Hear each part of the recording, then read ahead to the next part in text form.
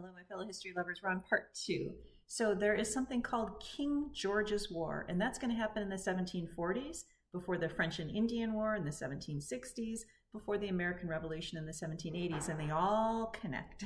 So King George's War, which is what we're talking about now, I mentioned my husband and I are going to Austria, which I was really excited about, never having any idea that it was connected to the American Revolution.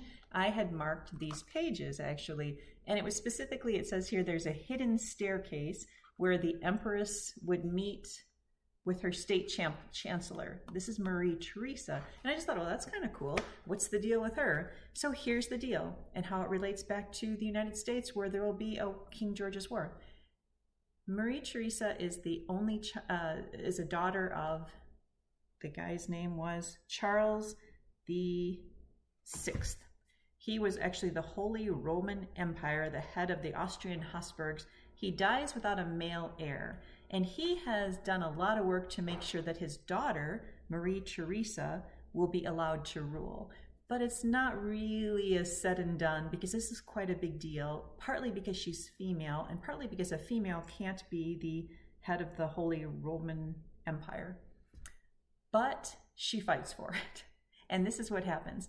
The French know that she's having some difficulties, right? There are people that want to take that position from her. And the French look at it and think, they're feeling insecure themselves. So the French are surrounded by what they would consider unfriendly neighbors, including Spain, Austria, and other places. So they think, you know, if we could kind of finagle in here and make Austria get rid of her, put someone like that's friendly to us, we have a buffer. We don't feel so surrounded by enemies. So the French decide they will back the person who's trying to get her out. And they do so. So now the British look at this and think, uh-oh, if the French should go in and now they can control Austria, they're going to become the superpower in Europe and puts us at risk.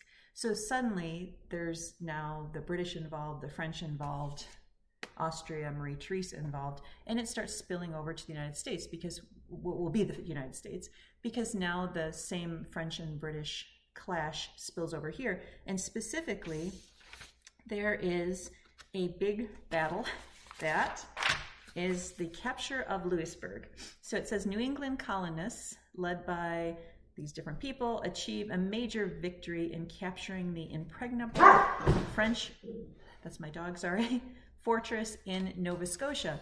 But it doesn't end there. So we'll see what happens next. And then the next part will be the last part, and I'll show you how it feeds into the American Revolution. Thanks.